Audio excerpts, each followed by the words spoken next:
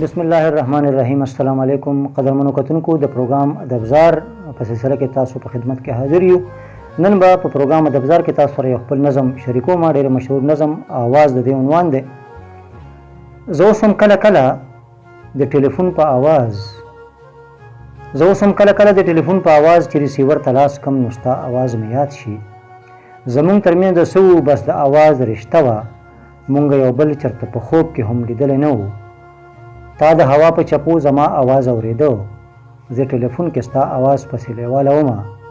تا به ویل چې ستا آواز زما د زړه آواز دی، ما به ویل چې مړې پرېږده خندنې مه کوه، ما ته خو ستا آواز د ټولو نه ښایسته ښکارېږي.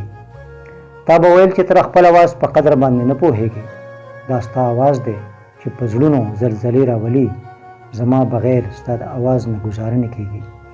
خو زه هم دا خبره نن درته په ډاګه کوم چې یو آواز زما په ژوند کې داسې هم موجود دی چې دا آواز د هېرولو نه دی. زما آواز خو د هوا په چپو اوس هم شته دی، کیدای شي تا چېرته کې نن هم اورېدلی وي دا. خو مودې وشوې چې زه ستا آواز په غوږو نه اورم. مړی جوهر ته نن په هیره ټلیفون خو وکړه، مړی جوهر ته نن په هیره ټلیفون خو وکړه.